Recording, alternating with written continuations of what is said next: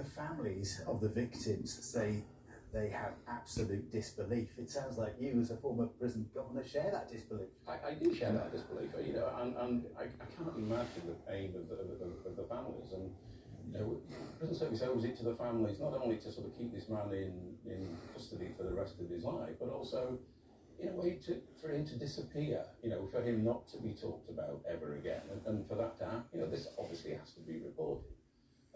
But he should, you know, metaphorically disappear without trace within the system. He managed. Yeah, he's a difficult, dangerous man, but that's the job.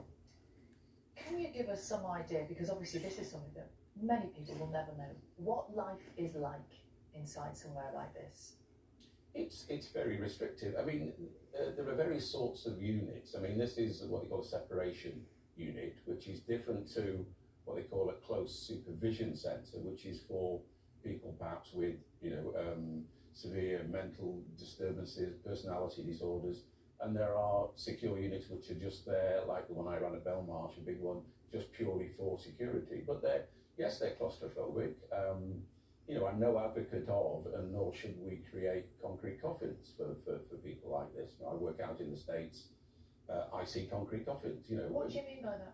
Well, where they are so austere, where they are so barren environments, where there's nothing going on. You know, I believe that, you know, people have to be contained, staff have to be protected, but, you know, people should not be locked up 20, you know, this man will be locked up for 23, 24 hours a day for some time. You know, he will be only unlocked when there are 3 staff. But, you know, it's the duty of the prison service to move that on, you know, to provide incentives, provide interventions, interaction with staff.